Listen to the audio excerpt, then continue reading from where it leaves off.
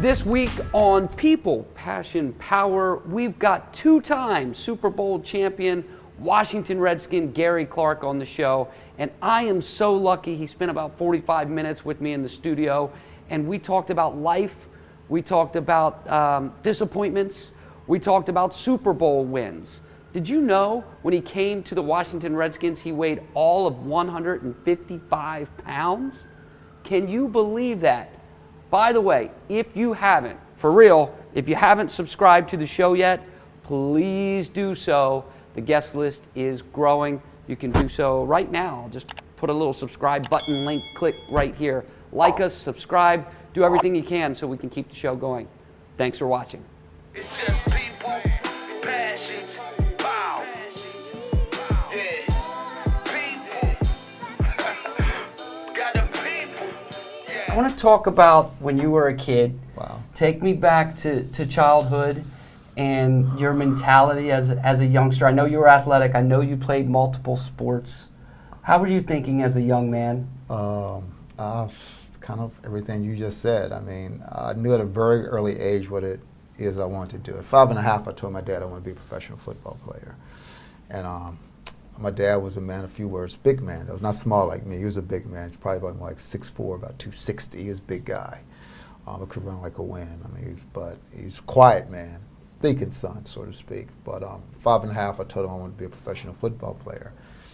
He gets up from our kitchen table, and as he's walking out, he just turns back and says, "Are you sure?" I was like, "Yeah, Daddy, I want to be a professional football player." 5:30 the next morning, he woke me up. Your dream just became a reality. Because you know what he knows is people dream about stuff all the time, but the reality of it is it's hard. So he was teaching me at a very early age is, okay, if this is what you want to do, realize this, it's more than just words. You just can't say I want to be a professional football player. Now, I was fortunate. I mean, my father, he was athletic. Apparently he was a really good football player, baseball player. I never saw that or knew those things about him. It's things I learned growing up with people that saw him play as a kid. My brothers were athletic. All of my brothers got full scholarships, played football in college. So he took you seriously at that young age, yeah, and then put you to task right away. I think he just wanted to make a point. Now, his deal with me, I mean, we were poor. We're a blue-collar family. School bus driver. My mother was a teacher's aide. You know, I'm a janitor's son. You know, that's what my dad did.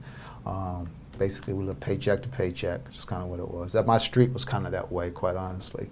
There's a couple people on my street that did kind of well, but for the most part, you know, it's middle class to lower class. My whole life, I grew up thinking I was middle class till I got to college. I realized, no, you are not middle class. I was middle class on my street, maybe. Yeah.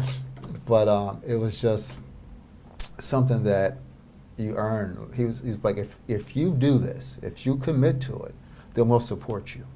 Now, everybody on my street, I don't care how old you are, you had some type of job, whether it was picking up pop bottles, collecting pop bottles. Back in there, you could collect pop bottles and get like 2 cents or a nickel or something like that for turning them back into the store. Say, you know, they took the bottles back. But I never ever, my first job ever was playing pro ball. I know about every kids on my street, everybody worked for their families. My first job ever was playing professional football. Because my parents said, as long as you put in the work, we'll support you. We'll figure out a way to support you, and they did. Man, that's kind of special for your dad to get a hold of your mind at that young age, and I'm sure your mom did as well. Oh, 100%. And you're so clear about that conversation. Oh, yeah. And how many years ago was that? We'll go back a little bit. No, we're not trying to tell. We'll look that up on Google. It was probably close to 52 years ago. Yeah. Yeah. I mean, but certain things just stay with you. Certain memories will ever not leave you. Like I dropping the ball in the '86 championship game. Dropped like 3 passes I should have caught. One would have been a touchdown. That haunts me to this day. You know, that could have changed the game. Instead of us losing 17-3, maybe it turned the tide and we ended up winning 2017 or something like that. So, certain things bother me. I don't really. It sticks with you still like that? Oh yeah, yeah. I mean, I was part of the reason why we lost. That's never a good thing. It's never something, because look at all the people you let down. You let your teammates down first and foremost, because they have an expectation of you. You know, you're coming into, they expect you to do certain things. I mean, I'm a starting receiver. My job is to catch the ball. That's my job. You know, so when I don't do those things, or if I drop a ball and don't make up for it. It's one thing if you drop a ball, but you tend to need to make up for it if you do, make something else spectacular happen. I didn't. I cried like a baby. And I got home probably, by the time I got back to my house, it was probably about 2 o'clock in the morning, 2:30 in the morning, went on, put on my gear, started running, started making sure. So I had a good year there. It's my first Pro Bowl year. Yeah. That's what I also learned, a valuable lesson. You're only as good as you play, not as good as you think you are. You're only as good as you play. I started feeling a little cocky about, I had a good year. I was hurt, and I took that week off because I hurt my ankle, and I really didn't. I usually practice on Friday, no matter what. It helps get your timing down. My timing was off, and I dropped 3 balls that were catchable. The one, like I said, would have been a touchdown. So worst case scenario, it would have been 17-10. So. Boy, that's crisp in your mind. Do you let yourself take on the wins?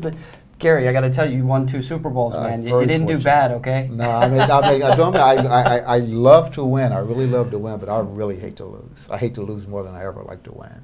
I think that has a lot to do with your success too, though. I think the Redskins were very successful in the 80s and 90s, and even sometimes in the 2000s. But I think they're successful when the culture feels that way, like it's not okay to lose.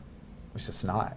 And if you don't carry it with you, if you just push it aside, okay, we'll get them next time type of mentality, you tend to lose again. So, I hate when I see like hugging and, changing jerseys after a game. For one, I'm all about it. If you win, you celebrate. You enjoy it. It's a win. You're supposed to enjoy those things. But if you lose, there's nothing good about it. Only thing you can say that's good about it is something you try to learn from it. And that's something that I think sometimes some guys don't do. Like, they don't learn. Especially if I had a bad game, I'm going to go give you my jersey and take a selfie. That drives me crazy. Yeah. So I think a culture has a lot to do with how you perform and how you win, and expectations that that your team puts on you, and expectations that you put on yourself. And I think if you don't put expectations on yourself, you tend to become average. And average is just average. We're talking about football, but make no mistake, these are life lessons, and I love this. And you've carried this mentality over into your life after football. Yeah, I think I'm just built that way. I kind of like challenges. I'm that kid who supposed to be too small to play. You're too small to play. You're not big enough. When I'm my rookie year in the league, I guess I was from 5'9", 155 pounds. I felt fine at 5'9", 155 pounds. Quite honestly, I felt quick as a cat. The Redskins even maybe put on about 19 pounds of muscle. I ended up playing at 174 for the rest of my career. I ended up was 174. I'm a lot bigger than that now. But yeah, it's just, I think it's just a mindset. Did you ever have any doubt that you would play professional football? None. 0. Now, this is the reason why. And this is so important that parents realize how much influence they have over their kids. First of all, I'm a deacon's son growing up. And why would my father lie to me? That's what I took. So when I told him that, my father was like, okay, yeah, you can. I was like, my father's not going to lie to me. My daddy's not going to lie to me. So I must really be able to do that. Because don't get me wrong, I think when I first said it, I think there was some doubt. But as soon as my dad confirmed that he believed in me, my mom confirmed that she believed in me, I was like, well, yeah, my parents aren't going to lie to me. Yeah, I can go play. I don't care what any of you guys say. And I was fortunate. I had brothers, that were really good athletes. They taught me how to play the game at a very early age. They didn't even, I was always catching the ball. And I remember my brother Michael, he was like, okay, you're going to run. I had to run 100 of each routes, 100 outs, 100 slants, 100 posts, 100 corners, 100 goes, 100 quick outs.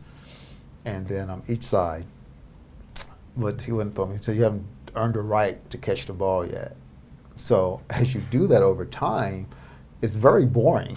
It's extremely boring to run that many routes. So But I didn't realize, so I started adapting the routes just because I was bored. So by the time I was eight and a half years old, I was running double post moves. There's still guys in the pros who don't run a double post The move. right way.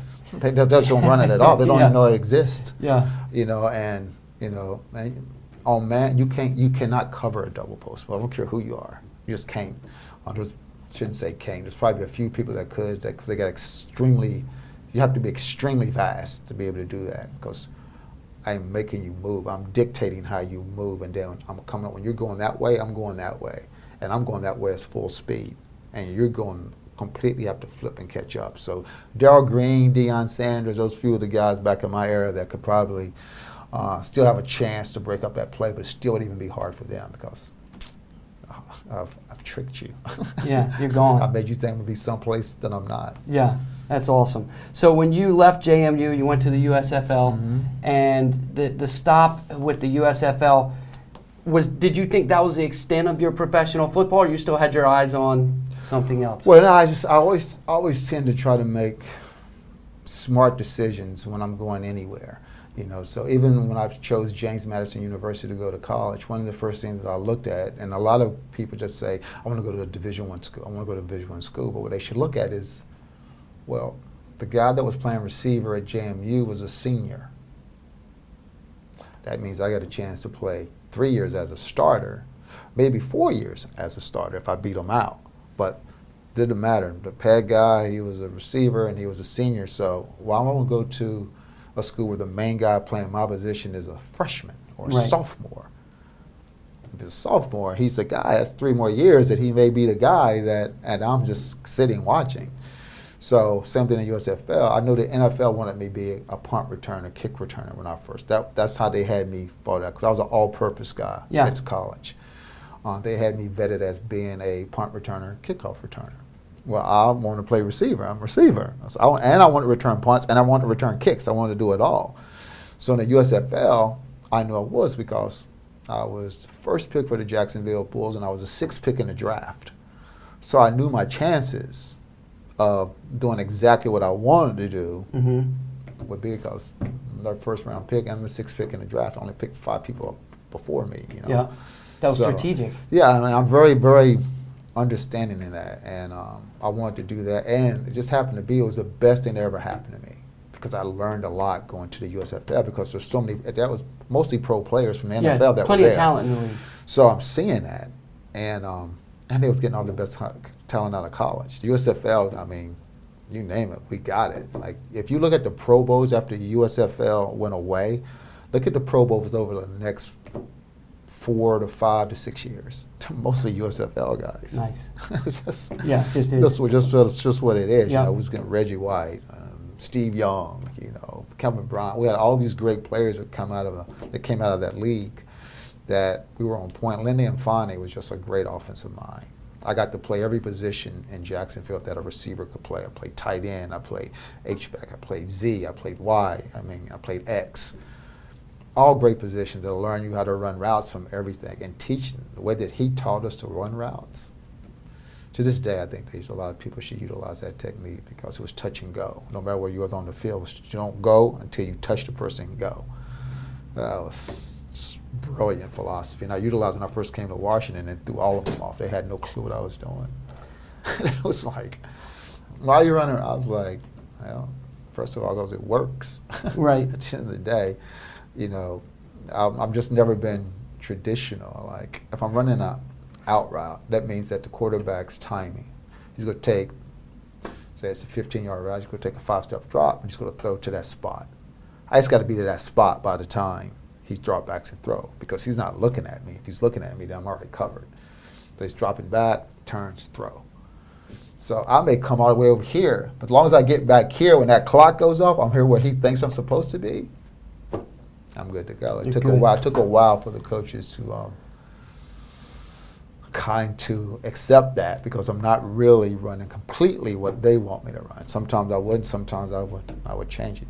We're going to get into one of your coaches in just a second. We'll talk about Mr. Gibbs. I read a story about you where, when the Redskins were giving you a look, or maybe it was after they drafted you, where both hamstrings were Pulled, tweaked? What is that story? Yeah, I mean, when I was in the USFL, I pulled my hamstring for the first time. I had never put it before, so it was the first time. So it's a process to learn how to run with a pulled hamstring, just because it does this. You're not used to that. It's something grabbing you like that. Right. It's like it shocks your body, so you don't know what it is, and you just know that it's making my body do this, and it hurts. So by the time when I left Jacksonville, I got released by Jacksonville because that's at the time the league was running out of money. I was their #1 pick, so I guess my salary paid for like 3 other salaries. Not that it was a lot. It just happened the USFL just didn't pay that much to start with, So I got released with the Redskins at my right, so I had to go around my 40. Yeah. And my hammy was still Both pulled. of them or just one? No, both. Because Because I can't I'm imagine. trying to get ready, and then because you start to overcompensate, till you make the other one weaker. Yeah. So, but at the end of the day, what I did know was if I don't run a good 40 time, the Redskins aren't going to sign me. So. And you remember your 40 time? It's probably the fastest 40 I've ever ran, then or after. But I think they had back then they had like 3 clocks on you. I think the fastest clock was probably like 4:32. One of the fastest clock. The average probably was like 4:38. But that's unbelievable. That was fear. Yeah. Fear. You wanted it. Fear, yeah. But also fear. If I don't run a good time, they're not going to sign me. Because for some reason, and it's the stupidest thing I believe to this day, is the 40 shouldn't matter. Very rarely do I get a chance to run in a straight line, just straight speed against straight speed. It's called something called math, and there's angles. Most people, I don't care who you are, cannot outrun that angle. If you come in, if I'm doing this and you come in this, you are going to eventually, I got to make you miss somewhere in between. Yeah. But it's big on their try. All those combine drills that people do, unfortunately, I don't think it means much, but the league does, and that's all that matters. Okay. And that's all that matters because that's what they're judging you by. So we talked about some influential people in your life and your parents. Mm-hmm. Talk to me about Joe Gibbs. Wow. Joe was the man. He understood strategies. He understood people. He understood what he had. And he was just a great manager of people because a lot of times his football teams at the positions are complete opposites. For example, you got me, who's this fiery, crazy, get in your face kind of guy. And you got Art Monk, who's this quiet storm, but crushes everybody that he comes up against, but he's this quiet storm. You got Darryl Green, who's like Art Monk. You got Vernon Dean, who's more like me, just not quite there all the time. He had Dexter Manley, then you had Charles Mann. You had all these fire and ice types of people, but he had to know how to manage them both because we're completely different. I'm completely different from Art. Like Art's just lowercase, voice never really, octaves never really gets set. He never really gets excited. I've only seen him get mad maybe once or twice in my entire life. And he's just a calm person. But I think that was Joe's thing. He needed fire and ice. Because sometimes you need that jolt. You need somebody like me to get the team like, okay, what's going on? But you also need the comment. Sometimes we just need to be like, up to me, I would throw the ball freaking every down, and that's just stupid. And Joe would let you know in his own way what he thought of your actions too, wouldn't he? Well, Joe, he's such a great man. I think he knew each person. It'd be one thing if I'm fiery, right? When I'm say things come out, they just come out. Because I want to win. I can't not stand to lose. Yeah. Joe understood that. I don't want the ball because I just want the ball for selfish reasons. I want the ball because I think if I get the ball, I can help us win. Perfect example, if we're going along and Art's crushing or Ricky crushing, I never ask for the ball. If I'm having an off game, I don't ask for the ball. I'm having an off game, we're going to lose. You're throwing me the ball, I'm dropping. It'd be like the Giants game. You throw me more balls, I'm going to drop more balls probably. I was having a horrible game. But Joe understood me. I think he understood my passion, so that's why he allowed me to be me because it made me play better. Yeah. One of the best things that could ever happen to me is let me drop a ball right off the bat when it's not really matters, because I'm going to give myself a type of tongue lashing. Yeah. That my teammates used to think I was like not quite there. He's like, the guy talks to himself. He's like cursing himself out. He's throwing his helmet down. Everything's going everywhere. This is in practice. Yeah. It's not even in a game. I'm just in practice. It's that whole like failing thing or losing thing. I just don't like it. You used a word in there that we like. The show title is right behind you: people, passion, power. Yeah, 100%. And when we talk about passion, you had such a passion for football. You played for 11 years. Unfortunate. Yeah, that's a long run, but then it's over. Yes. Then life, what? Then you have to try to figure out what it is that you want to do. I mean, a lot of times guys don't ever figure it out because it's been your whole life. I mean, I'm 5.5 years old. I think when I'm retired, I'm 33, 34 years old, something like that, from football, that is. But that's all I've done. There was no job before that. The only job I had ever had was playing football. So, you kind of have like a moment where you have to be like, okay, well, what am I going to do now? I was very fortunate. I had a good business mentor and a guy by the name of Gus Pappas that he was in the mortgage industry. Mm-hmm. So when I finally left Arizona and came back to D.C. because I knew all my juice, whatever I was going to do, I knew it had to be in D.C. because that's where I had my most success was in D.C. And the fan base loves you. That doesn't hurt. Yeah, I mean that's a good thing. I mean, like, you got to go where your juice is. And I came back and I kind of got in the mortgage industry, and I saw how challenging the real estate services industry is just all the way around. You're a great agent, yourself. That's just it's not for everybody. Right. And quite honestly, people don't get to have the type of office that you have unless you're on point. Like, you're on point. You're really good at what you do. That's why you're able to give back to the community the way that you do. You're able to do the things and take care of your team members the way you take care of your team members. I can tell how they look at you, that you're about being successful at what you do and providing the type of services that everybody should have. All right, I'm taking you home with me tonight. We're going to have a family dinner, and I need you to look 3 of my kids in the eye and tell them what you did. Your dad believes in you, and here's what your dad does. So we'll go from there. Don't take over the real estate empire when they get older. Right. Here's what's going on, Martin family. There's so many more questions I want to ask you, but when you re-entered the workforce, I think as a society we often put athletes on pedestals. Yeah. At the end of the day, and I know this in talking with you and getting to know you a little bit, people are just people, aren't they? 100%. Good people and bad people. That's really what it comes down to. There's good people, there's bad people. There's people that are nice, there's people that are buttholes. There's people that are everything in between, and it doesn't matter what they do. They fall into all those different jobs, industries, a whole 9 yards. Either you're a jerk or you're not a jerk. It doesn't matter what you do. And I think people realize that. And I think sometimes some athletes have a hard time letting it go, because when you are in that limelight and you're in those places, people do make over you. And I get it. And then a lot of the times, but once you're done, you're done. You're not in that light anymore. You're not on TV anymore. You're not playing anymore. You're just part of the family now, the alumni base now. And you're there to support the team in the way that you can support the team, which is by being a fan. You're there and give advice if somebody asks you for some advice. But some guys, it's hard for them because it's definitely a power trip. Yeah, it has to be. To control. When you can control that many people, like there's probably around 3.5 to 4.5 million Redskin fans.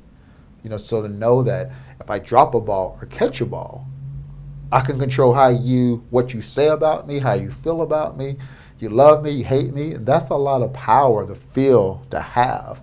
And then you care deeply about that. Yeah, and no longer. But once you no longer have that anymore, I think some guys, some just don't get past it. The majority of us do, though. The majority of us do because we're prepared for anything, because football has taught us so many lessons that we can almost come back from anything.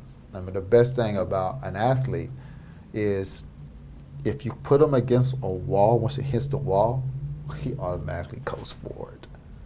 It's when you're like here, you're not here and you're not here, your back's not against the wall yet, Yep. and you're kind of like in la la land, that we tend to just kind of like,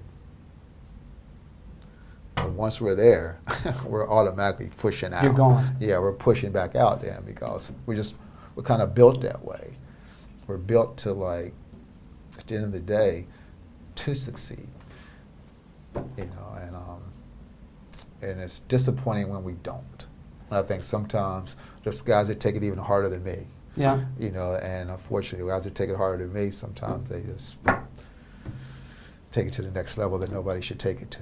I love being able to connect with people, and thank you for just being honest and sharing with people your stories and your life challenges.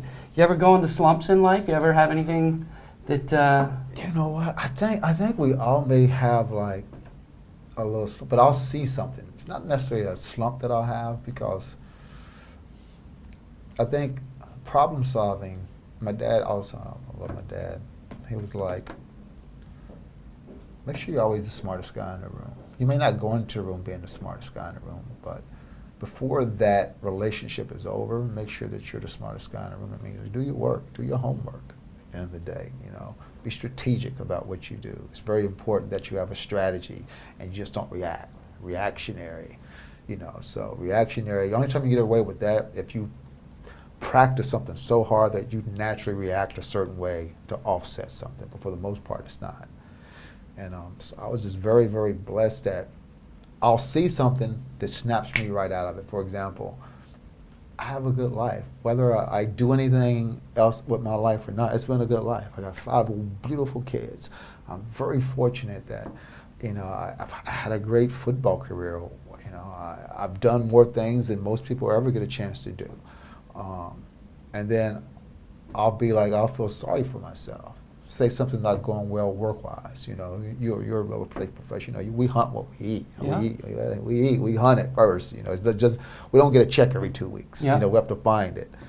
So I could be having, and then I'll see a gentleman who's in a wheelchair, or I'll find out that a kid passed that had cancer, and the kid was 8, 9 years old. Kills you. What the heck Yeah. am I complaining about? I have no reason to ever complain. Yep. You know, and sometimes if I do that, it never fails. It's like I got like a little angel that sits on my shoulder, and they show me, whoa, whoa, whoa, whoa, whoa. Don't you complain, young man. You have nothing to complain about. You have nothing to complain about. So I'm very fortunate. You keep things in perspective very, very well. I try to anyhow. All right, I can't let you off the hook without talking about some Super Bowls here. That sounds good. What type of memories do you have? Which one of the two was your favorite? My favorite has to be, I wear one ring. I have 2. Oh yeah, we know. But Super Bowl 22, because it was my first one. I had a great Super Bowl 26. I had a better game in Super Bowl 26. You know, I mean, number-wise, you know, I actually led our receivers in stats on that game. But winning my first Super Bowl, childhood dream come true. Since I was 5.5 years old, I watched those Super Bowls. And I wanted to be in those Super Bowls, and I wanted to win those Super Bowls. I wanted to be a part of that. That was my dream. That was my vision. And to have that come true, you know, funny thing about, I guess I won the Super Bowl my 3rd year in the league. I went to a championship game my 2nd year in the league, went to the Super Bowl 3rd year in the league. I thought, we'll be doing this all the time. That's not the way it works out, unfortunately. Yep. But it was just, it's just like a child, whatever somebody has a childhood dream, whatever that might be, or whatever they want to become, and you have the ultimate moment where that happens. And I was fortunate enough to score. You know, I got the go-ahead touchdown in that Super Bowl as well. It was just, I mean, it's better than sex. Careful, I'll put that one out there, Gary, but it's a real answer. I'm just right? saying, but it's just being honest. It's honest. I mean, it's like something that's just, it's your, you know your boyhood, and you dream about doing all these things. It's probably like when you decide you're going to be a real estate professional, and you got your first closing. Mm-hmm. You know, and the reality of it was like, oh wow, I'm gonna do this again. This is fun. Yeah. You know, that's the way I looked at it. Like, this is fun. I'm gonna do this again. And I was fortunate. It took me a little while to get back there, but we got back there and had a chance to do it again. And some of my teammates, they tease me because they have 3 rings and I only have 2, but I'm 2-0. I tease them right back. So I'm 2-0. You guys are 3-4, but I'm 2-0. Who's keeping count? Not you. I keep count of everything. Man, you've been a great guest on the show. I thank you for just sharing your stories, being who you are. I want to let you know there's so many stories in the community as I was reaching out to folks, letting them know you're coming on the show. And great. the stories out in the community about like Gary signed my first football, or I saw him at a tailgate, and they're out there for the Redskins Nation, and that's so much fun. And you have an energy about you. Now I love how you go about doing your thing, man. This is awesome. Other real estate agents should take note. We're not giving up our strategy, man. This is a way that you connect with the community. It's just it's brilliant. Well, I wouldn't be able to have you in the studio if we weren't doing this. So, ladies and gentlemen, Redskins fans, everybody in the area, this man is a true gentleman and 2-time Super Bowl champion. And I just like Gary to thank Clark. the Redskins fans for giving me a job all those years. I truly do appreciate that. Thanks for giving me a job. Allow me to take care of me and my family. Appreciate it. His authenticity is real. Thanks for watching People, Passion, Power. If you guys haven't subscribed, you better get on it because we're going to have more fun. And you need your own show, by the way. We'll figure this out right after this. I'm going to get you on our TV show. Let's go. Let's do it. Well, we will have a blast We'll talk about that. and do it from there. So thanks for coming in. Awesome. Thanks for having me. It's just